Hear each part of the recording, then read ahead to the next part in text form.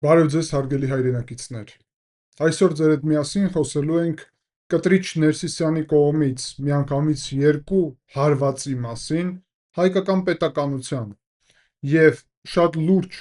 իրադարձություններ են երկու այդ միջոցառումն էլ, որը զուգահեռ տեղի ունեցավ։ Մի կողմից դա վերաբերվում է նրան, որ Ավստրիայում, չնայած Հայաստանի իշխանությունների եւ հայ ժողովրդի այդ թվում հոգևորականների մի մասի հստակ դիրքորոշումի, որ այդ ժողովը անցկացնելը ոչ միայն նպատակահարմար չէ, այլ վնասակար է եւ վտանգավոր է, այդ ժողովը տեղի ունեցավ։ Եվ ժողովը փաստացի ընդունեց հայտարարություն, որը խոսում է նրա մասին, որ անընդունելի է ուրեմն Կտրիչ Ներսիսյանի դեմ քրեական գործ բացելը եւ իր սահմանափակելը Հայաստանից դուրս գալու ուրեմն ուղղությամբ, այսինքն երկիրը լքելու ուղղությամբ այդ սահմանափակումները, ճնշումները եւ հարվածները եկեղեցու դեմ ճակերտներում այդպիսի բառապաշար է օգտագործված։ Բայց ինչպես հասկանում ենք, Կտրիչ Ներսյանը մեծ մասնակցություն է այդտեղ ունեցել այդ գործընթացներում եւ դրա նաեւ օրինակը եւ ապացույցը գրեթե նրա մասին է 100%-ով ասել բարդ է, ես բնականաբար այդտեղ ոչ ներկա էի, ոչ էլ գիտեմ կոնկրետ ինչ են քննարկել, միայն այնինչ մեզ հայտնել են, բայց պետք է ասել այն փաստը, որ ուրեմն Հովնան Տերտերյանը, որը Կալիֆոռնիայի թեմի առաջնորդն է, այդտեղ ներկա էր, որը միջև այդ միացել էր այն 10 եպիսկոպոսին եւ ուրեմն եկեղեցու բարենորոգման օրակարգին հիմա փաստացի մասնակցեց այդ ժողովում եւ դրանով ինչքանով հասկանում ենք, կարող է ուրիշ մոտեցում ուներ, դա պարզ կդառնա ապագայում, բայց արդեն կասկածներ կան, որ դրանով Հովնան Տերտերյանը միացել է ուրեմն նորից Կտրիչ Ներսյանին աջակցող այդ խմբակին, իհարկե խոսքը գնում է նրա մասին, որ դա մեկ օրինակ կարող է լինել եւ ուրիշ նաեւ օրինակները, դա ճնշման իհարկե լուրջ գործընթացի մասին է, այդտեղ գտնվում էր նաև Եզրասը, այսինքն բոլոր այդ մարդիկ մոտավորապես 25 եպիսկոպոս, որոնք այդտեղ Ավստրիայում հավաքվել էին, որևէ խնդիր չունեն նրա հետ, որ իրանց միջև գտնվում է Կտրիչ Ներսյանի հարազատ եղբայրը, KGB-ի գործակալ Եզրաս Ներսիսյանը, ինչը բացահայտել է Հայաստանի ազգային անվտանգության ծառայությունը։ Դա արդեն ինքնիստ այսպիսի իր պատկերացումով այ կոպրոմատ է այդ բոլոր 25-ի հանդեպ, որովհետև պետք է ունենային խնդիր գտնվել այդ միջավայրում, որտեղ որ գտնվում է Եզրաս Ներսիսյանը եւ բացահայտվել է, որ ինքը KGB-ի գործակալ է։ Բայց սա բավարար չէր Կտրիչ Ներսյանի համար եւ հետաքրքիր ոչ միայն Կտրիչ Ներսյանի, այլ KGB-ի համար։ Արեք արձանագրենք, հա, որ երբ ասում ենք KGB, KGB-ի համակարգը Սովետի միության փլուզման զուգահեռ չի փլուզվել։ Այսինքն սովետական միությունը փլուզվել է, KGB-ն ոչ։ Եվ KGB-ն շարունակում է իր փորձերը վերականգնել սովետական միությունը։ Այդ թվում ուղիղ եւ անմիջապես դա կարողացել է անել Բելարուսում, կարողացել է անել Վրաստանում եւ հիմա ուզում է շատ որ դա անի նորից Հայաստանում։ Հայ ժողովուրդը շատ լավ տեղյակ է, գիտի ինչ է ունենալ պետություն, որը կառավարվում է KGB-ի կողմից։ Այսինքն չպետություն եւ այսինքն ուրեմն ամբողջ այդ կառավարման համակարգը ամենալավ գիտեն Հայաստանի քաղաքացիները, թե ինչպես Ռոբերտ Քոչարյանը եւ Սերժ Սարգսյանը ձևավորեցին համակարգ, որը հակահայկական էր իր բնույթով։ Իհարկե այսօր եւ միշտ բոլոր իշխանությունների ժամանակ կլինեն խնդիրներ, բայց հակահայկական բնույթ ունեցող իշխանություն, այսինքն իշխանություն, որը այնպես է անում, որ Հայաստանի տնտեսությունը փլուզվի, ռազմական հնարավորությունները փլուզվեն, օտարին գույք փոխանցեն, օտարի շահերը սպասարկեն, կոնկրետ Ռուսաստանի մասին է խոսքը, որովհետև այստեղ դրա հարցերը լուծելու դեպքում խոսքի շատ դեպքերում կարող է պետք լինի օտարի հետ համագործակցել, որը կօգնի քեզ նվազեցնել կախվածությունը Ռուսաստանից, որովհետև տեսեք, մեր գլխավոր խնդիրը կայսրական դա Ռուսաստանն է,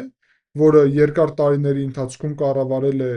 հայկական պետությունը, պատմականորեն նաև խնդիր է իհարկե Թուրքիա եւ Ադրբեջանը եւ նաև վերջի ժամանակահատվածում, բայց տարբերությունը նրանում է, որ Թուրքիան եւ Ադրբեջանը Հայաստանի իշխանությունում ներկայություն չունեն եւ չեն ունեցել,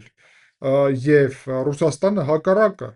փորձել է ինչպես ընկեր ներկայանալ եւ դրանով կառավարել։ Նույնիսկ ավելին ասեմ, եւ հիմա երկրորդ միջոցառման մասին խոսենք, որ Ռուսաստանը կարողացել է այնպես կառավարել, որ ստեղծի նաև հակամարտության Թուրքիա եւ Ադրբեջանի հետ եւ մեզ դարձնի թիրախ եւ պատմականորեն այդ դերը կատարել են նաև մեր եկեղեցում գտնվող KGB-ի գործակալները եւ իհարկե ես խոսել եմ սրա մասին արդեն այս մեր ալիքում խոսել եմ երկար ժամանակ անցյալ տարվա ընթացքում միջև եկեղեցու հետ կապված այս իրադարձությունները սկսվեին ես կարևոր ելույթով հաստատեցի հորդորեցի վարչապետին, որ սկսի գործունեություն հայ առաքելական եկեղեցու եւ նաեւ դաշնակցության ուղղությամբ, որովհետեւ իմ վերլուծությունը հստակորեն ցույց էր տալիս, որ վտանգը շատ մեծ էր եւ դրանից հետո հաշված շաբաթներ անց այդ վերլուծությունը հասանելի ալիքում կարող է գնալ դիտել Ազգային անվտանգության ծառայությունը բացահայտեց այն հայտնի գործը, որը վերաբերվում էր քաղաքացի Գալստանյանին եւ դաշնակցության մի շարք ներկայացուցիչների կողմից պետական ահաբեկչություն կազմակերպելու այդ գործին, որը շատ լավ տեղյակ եք, մենք սրա մասին ձեր հետ միասին նաև խոսել ենք։ Այսինքն փաստացի այդ գործընթացը հաստատվեց, բայց դրանից հետո նաև սկսվեց եւ ես դրան աջակցել եմ ինչպես ուղակի, այդպես էլ ոչ ուղակի ամեն ձևով, նաև իմ մասնակցությամբ, եթերներով, դուք շատ լավ տեղյակ եք, եկեղեցու ազատագրման գործընթացին KGB-ից, բայց հիմա Կտրիչ Ներսյանը հասկանալով, որ իր նաև երկրից դուրս գալու սահմանափակումը շատ լուրջ հարված է, եւ ես ասեմ, ես կիսվել էի նաև դրանով, բացահայտ հունվարին հարցազրույց եմ տվել քաղաքացիական պայմանագիր կուսակցության ԶԼՄ-ին Civic AM-ին, որտեղ որ ասել եմ հստակորեն, որ պետք է սահմանափակվի Կտրիչ Ներսյանի փախուստի սցենարը, այսինքն թույլ չտրվի իր փախուստը Հայաստանից, դա իմ ուրեմն վերլուծությունները, իմ նաև արեք այսպես ասենք, հա, իմ գործունեությունը հիմնված է համ վերլուծությունների վրա, համ էլ տարբեր տեղեկատվությունների վրա։ Տեղեկատվությունները կարող են լինել ինչպես հանրային, այդպես էլ ոչ հանրային, տարբեր աղբյուրներից եւ նաեւ հանրայինում կան այնպիսի տեղեկատվություններ, որոնք աննկատելի են կամ քիչ մարդիկ են տեղյակ եւ այլն։ Այսինքն շատ եւ շատ տարբեր աղբյուրներից տեղեկատվությունը, որը ես հետո վերլուծում եմ, մշակում եմ եւ արդեն պատրաստ տալիս է հիմք հասկանալու թե ինչ սցենարներով կարող են զարգանալ այդ կոնկրետ իրավիճակը։ Եվ իմ վերլուծությունը փաստացի հայտնվեց ճիշտ, որովհետեւ մեկ ամիս անց վարչապետ Փաշինյանը հաստատեց եւ ասաց, որ թույլ չի տալու կաթողիկոսությունը Հայաստանից տանեն եւ գանձերը էջմիածնի, այսինքն սրանով հստակ հաստատեց, որ այդպիսի վտանգ կար պետական ամենաբարձր մակարդակով եւ դա սահմանափակվեց։ Հիմա զուգահեռ դրա Կտրիչ Ներսյանը իհարկե ստիպված եղավ մնալ Հայաստանում, ինչը շատ լավ է, ես շատ մեծ գոհությամբ եմ արձանագրում, բայց Կտրիչ Ներսյանը հանդիպում կազմակերպեց 3 զուգահեռ կարելի ասել այդ ուրեմն Ավստրիայում տեղի ունեցող հանդիպմանը, ժողով չկարելի դրան կոչել իրականում, որովհետև ի պաշտոնե կաթողիկոսը այդտեղ չէր գտնվում, եպիսկոպոսած կաթողիկոսը պարզ որ ասեմ եպիսկոպոսների այսպիսի ոնց որ նախագահ լինի, նախագահը այն պատկերացումով, որ սեղանի շուրջ գլխավոր տեղում է նստած կաթողիկոսը, այսինքն սա շատ կարևոր է, կաթողիկոսը եպիսկոպոս է, եպիսկոպոսների նախագահ կարող է համարվի, ինչպես խոսքին այսպես գլխավոր վայրում նստած եւ առաջնահերթ խոսելու իրավունք ունեցող։ Իրականում Ռուսաստանի ցանկությունն է եղել միշտ եւ դա տարբեր պետություններում արեք ես ավելի մանրամասն չասեմ, հա, դրա անհրաժեշտություն չկա, բայց պարզ որ հասկանալի լինի, համոզված եմ հանրությունը ինձ լավ կհասկանա եւ ինձ լավ է վստահում, որ տարբեր պետություններում KGB-ն կարողացել է այնպես անել, որ կաթողիկոսին դարձնի գլխավոր կերպար, հասկանում եք, ոչ թե առաջինը հավասար էպիսկոպոսների միջև, այլ առանձնահատուկ միակ որոշում կատարող անձնավորություն, որին նաև այսպես ստանձնել են տարբեր միթոլոգիական, տարբեր այսպիսի առանձնահատուկ մոտեցում, իբրև ինքը ինչ որ առանձնահատուկ անձնավորություն է, իսկ իրականում կաթողիկոսը հասարակ էպիսկոպոս է, եւ ավելին ասեմ, էպիսկոպոսներն էլ հասարակ մարդիկ են, կաթողիկոսն էլ հասարակ մարդ է։ Եվ սա ամենակարևոր արձանագրումն է այստեղից, ինչը շատ կարևոր է, որ մեր ազգը լավ գիտակցի։ Ես ուրախ եմ շատ, որ մեր ազգը դա լավ է գիտակցում, որովհետև KGB-ի այդ սցենարը կանխվելու է, որովհետև KGB-ի գաղափարը վերաբերվում էր նրան, որ կաթողիկոսը պետք է լինի այսպիսի առանձնահատուկ ինչ որ ոչ հասարակ մարդու կարգավիճակում եւ ուստի այդտեղից բխող իրեն ոչ հասարակ կառավարման հնարավորություններով, այն էլ ամենաբարձր փաստացի աստիճանով, որտեղ որ լեգիտիմության խնդիր կա, որովհետեւ ինքը չի ընտրվում իրականում եւ ընդմիշտ է այդտեղ եւ ինչ ուզի, ոնց ուզի կարող է անել, երբ ուզի, ավելի ճիշտ երբ հրաման տան, եթե KGB-ն կառավարում է վարչապետին, դա 4 տարով, 5 տարով է, կարող է 10 տարով լինի։ Եթե KGB-ն կառավարում է եկեղեցուն, ապա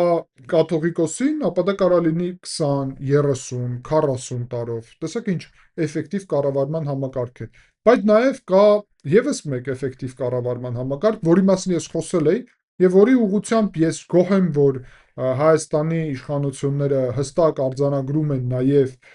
իդեմս խորհրդարանի տարբեր քաղաքական ներկայացուցիչների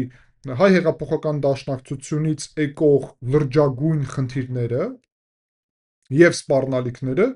բայց ես համարում եմ, որ նույն վարչապետի կողմից բավարար չէ այն արվածը, քայլերը, որոնք ուղղված են հայ հեղափոխական դաշնակցության ուղղությամբ։ Հիմա Ռուսաստանի այս KGB-ն կարողացել է վերահսկողություն ստեղծել ոչ միայն մեր պետության վրա, այլ նաև եկեղեցու վրա եւ հայ հեղափոխական դաշնակցության վրա, նաև ինչպես այսպիսի կառավարման փակ համակարգ։ Այսինքն օրերս 3 հանդիպում է տեղի ունեցել Մայրաթոր Սուրբ Էջմիածնում եւ Կտրիչ Ներսիսյանը հանդիպել է տարբեր պետություններից ժամանած հայ հեղափոխական դաշնակցության ներկայացուցիչների կառավարման մարմնի բյուրոյի մասին է խոսքը, բյուրոյի ներկայացուցիչների։ Այդ մարդիկ մեծ մասամբ հանրության համար ծանոթ չեն։ Այդտեղից գուցե նկարից գուցե մի քանի հոգի ծանոթ լինեն, առաջերտին Իշխան Սաղաթելյանը, եւ ակնհայտ է ինչ լուրջ ազդեցություն փորձում է ունենալ հայ հեղափոխական դաշնակցությունը առաջերտի Սփյուռքի վրա։ Եկեղեցու հետ միասին Սփյուռքում իրանք ձևավորել են համակարգ կառավարման եւ ազդեցության։ Երկու այդ համակարգն էլ կառավարվում է KGB-ի կողմից, ինչպես եկեղեցու համակարգը Կտրիչ Ներսյանի միջոցով, այդպես էլ հայ հեղափոխական դաշնակցությունը իր բյուրոյի միջոցով։ Դաշնակցությունը ներքաղաքական դաշտում Ռոբերտ Քոչարյանի հետ միասին է գործում, գիտեք սա շատ լավ, Ռոբերտ Քոչարյանը, որ KGB-ի ուղիղ ներկայացուցիչ է, դա կարծեմ նորություն չէ, ոչ էլ Ռոբերտ Քոչարյանը կհերքի Վլադիմիր Պուտինի հետ իր մոտիկությունը, իր քաղաքականությունը, առհասարակ եւ իր գույք պարտքի դեմ, իր նաեւ ուրիշ գործողությունները, ընդհանուր առումով Ռոբերտ Քոչարյանը KGB-ի վառ ներկայացուցիչներից է եւ դաշնակցությունը իր կողմից։ Այսինքն դաշնակցությունը հիմա մի կողմից KGB-ն, արեք այսպես ասենք, KGB-ն մի կողմից հավաքեց եպիսկոպոսներին Ավստրիայում եւ դրա միջոցով փորձում է արձանագրել, որ եպիսկոպոսների ուրեմն կտրուկ այսպիսի աջակցություն կունենա Կտրիչ Ներսյանը, այսինքն եւս մեկ անգամ իրանք ցույց են տալի, որ Կտրիչ Ներսյանը չպետք է պաշտոնը լքի, գնա եւ այս հարցը շարունակվելու է, մյուս եւ պետք է շարունակի, մյուս կողմից սա իհարկե եպիսկոպոսներին նաեւ շանտաժի ենթադրելու այսպիսի ուրեմն գործընթաց է եւ հավանական եմ համարում, որ այդտեղ կարող է լինի այնպիսի քայլեր, ինչպիսին է խոսքին տարբեր միջոցներ կիրառելը եպիսկոպոսներին, որ ստիպեն այդ քայլերը անեն, այո, KGB-ն բա ինչպես է կառավարում եպիսկոպոսներին, հաստատ ուղղակի ցանկությունով չէ, այդտեղ տարբեր մոտեցումներ կան, եւ զուգահեռ դրա իհարկե ՀՅԴ-ն, Հայ հեղափոխական դաշնակցությունը, որը փաստացի գալով նաեւ Հայաստան հիմա եւ ուղիղ հանդիպելով Կտրիչ Ներսյանին, իրան աջակցություն հայտնեց, այսինքն KGB-ն ներսից աջակցություն է հայտնում Կտրիչ Ներսյանին, դրսից նաև աջակցություն է հայտնում եւ ի վերջո մենք տեսնում ենք մեկ պատկեր, եկեղեցի, եկեղեցում գտնվող մարդիկ, դաշնակցությունում գտնվող մարդիկ, տեսնում ենք Հայաստանի ներքաղաքական դաշտ, դա կլինի Ռոբերտ Քոչարյան, Սերժ Սարգսյան, թե Սամվել Կարապետյան, որովհետեւ բոլորը Կտրիչ Ներսյանի պաշտպանելու օրակարգ ունեն, կամ այսպիսի եւ իհարկե դաշնակցությունը, որոնք այսպիսի կամ ազգային թեմաներն են օգտագործում, այսինքն փորձելով ռուսական օրակարգ մեզ վերադարձնել Թուրքիայի եւ Ադրբեջանի հետ հակամարտության մեջ գտնվելու տրամաբանությունից, որտեղից որ իրանք շահում են իրականում միշտ, որովհետեւ դրա շնորհիվ կառավարում են հայ ազգը, իսկ իրականում մեր շահերի մեջ չի մտնում հակամարտությունը, իսկ ով ասաց, որ այն պետության ազգի հետ, խոսքին թուրքերի հետ, ով մեզ ցեղասպանել է, մենք ուզում ենք հակամարտություն, այսինքն մի հատ տրամաբանական մտածենք, եթե մենք հայտնվել ենք ցեղասպանության իրավիճակում այդ ազգի կողմից, այսինքն այդքան վտանգավոր է, որ իրանք ցեղասպանություն են նույնիսկ, այդքան իրանք մեր համար մեծ վտանգ են, որ նույնիսկ ցեղասպանությունը արածեն, միևնույն ժամանակ, եթե խոսք է գնում նրա մասին, որ մենք պարտվել ենք, որտեղ ցեղասպանություն մեզ որ կազմակերպել են, ուստի մենք պարտվել ենք, բացի դրանից, պատերազմում էլ վերջի արդեն Ղարաբաղի պատերազմը նկատի ունեմ, պարտվել ենք, իրանց գործունեության հետևանքով, որովհետև Հայաստանի պետականությունը փլուզվել էր Ռուսաստանի վրա են հույս դրել, ինչ արեց Ռուսաստանը Ղարաբաղում տեսանք, որտեղ որ իդեմս հիշեցնեմ, ով մոռացել է, դաշնակցությունը եկավ իշխանության եւ դաշնակցությունն էր ուրեմն նաեւ հակամարտությունը հրահրող վերջի պահին, որը աջակցեց Ադրբեջանի օրակարգին այդտեղ էլ, ապա ակնհայտ է, որ KGB-ն հիմա փորձում է փրկել Կտրիչ Ներսիսյանին։ KGB-ն ուզում է փրկել իրեն, կոնկրետ Կտրիչ Ներսիսյանին եւ իր գործակալական այս ցանցը մի կողմից եկեղեցու միջոցով, եկեղեցին օգտագործելու միջոցով, մեր եկեղեցին, մյուս կողմից ակնհայտ եւ ուղիղ դաշնակցությունը օգտագործելու ուղղությամբ։ Եվ այստեղ ես պետք է հստակ եւ ուղիղ արձանագրեմ շատ կոնկրետ մի փաստ, որ այն քայլը, որը արվեց կառավարության կողմից, քննչական կոմիտեի կողմից, ես ողջունում եմ, արդեն ողջունել եմ, բայց իմ պատկերացումով սա բավարար չէ։ Այսինքն, բարենորոգման օրակարգը պետք է հասցնել միջև վերջ։ Ուրիշ այլընտրանք չկա։ Սա նշանակում է, որ Կտրիչ Ներսիսյանից ազատել եկեղեցին պետք է տեղի ունենա եւ տեղի ունենա մոտակա իմ պատկերացումով շաբաթների ընթացքում, սա չի կարելի թույլ տալ, որ դառնա ընտրությունների գլխավոր թեմա։ Եվ պետք է ավարտի հասցնել այս գործը։ Դա պետք է տեղի ունենա իմ պատկերացումով Կտրիչ Ներսյանին ֆիզիկապես Կտրիչ Ներսիսյանից Մայրաթոր Սուրբ Էջմիածինը ազատելու գործընթացով։ Այդ թվում քրեական գործը ես հուսով եմ, որ կհասնի միջև ավարտ եւ քաղաքացի Կտրիչ Ներսյանը կկրի պատասխանատվություն, եթե այդպիսի հանցագործություն գործել է, դա կորոշի դատական համակարգ։ Զուգահեռ դրա շատ ուղիղ պետք է ասեմ, որ հայ հեղափոխական դաշնակցության հարցը պետք է լինի օրակարգում։ Առանց դրա այս գործընթացը լիարժեք չէ, առանց դրա վտանգները չեզոքացված չեն, առանց դրա խնդիրները լուծված չեն։ Այսինքն, դաշնակցության հարցը պետք է բերվի օրակարգ եւ ես հուսով եմ, որ Հայաստանի կառավարությունը կսկսի նաեւ քայլեր այս ուղղությամբ, ընդ որում անպայման այստեղ պետք է նշել, որ դա ներառի տարբեր փուլեր։ Իսկ ով ասաց, որ դաշնակցության բյուրոն հանգիստ կարող է գալ-գնալ Հայաստան։ Իսկ ով ասաց, որ իրանց հետ կապված ազգային անվտանգության ծառայությունը հարցեր չունի։ Ես կարծում եմ պետք է ունենա։ Ես դրա փաստերն եմ բերում։ Իսկ ով ասեց, որ իրանք պետք է թույլտվություն ունենան ազդել այս գործընթացների վրա այն իրավիճակում, երբ իրանք կատարում են նույն այն KGB-ի հանձնարարությունները, որոնց մասին Եզրաս Ներսիսյանի ուղղությամբ փաստաթուղթ է հրապարակվել։ Այսինքն այս գործընթացները շատ կարևոր են, շատ լուրջ են։ Կտրիչ Ներսիսյանին աջակցող 2-3 կոնկրետ խմբակ կա, արդեն ասացի, այդ խմբակները, եւ այս խմբակներին թուլացնելը եւ Կտրիչ Ներսիսյանի հարցը լուծելը կարևորագույն ազգային նպատակ է, անխուսափելի գործընթաց։ Եվ սա պետք է տեղի ունենա։ Եվ հուսով եմ, որ այս իրավիճակից, որը հիմա տեղի ունեցավ, ինչպես պարոն վարչապետը եւ իշխող թիմը շատ ճիշտ գնահատական տվեց եւ քայլեր արեց եւ դա համահունչ է իմ մոտեցումներին, վերլուծությանը եւ գնահատականներին, դուք դա շատ լավ գիտեք, հարգելի հայրենակիցներ, ապա հասկանալի է, որ ես հուսով եմ նաեւ այս իմ մոտեցումը, գնահատականները կլինեն ընկալված եւ համահունչ կհայտնվենք նաեւ այս դեպքում եւ պետք է այս հարցերը լուծել։ Ակնհայտ է նաեւ, որ իշխանությունները քաղաքական գնահատականներ են տալի Դաշնակցությանը, շատ կարևոր, խոսքին Ռուբեն Ռուբինյանը, ազգային ժողովի փոխնախագահը, շատ հաճախ խոսում է Դաշնակցության մասին, ճիշտ է անում, լավ է անում, բայց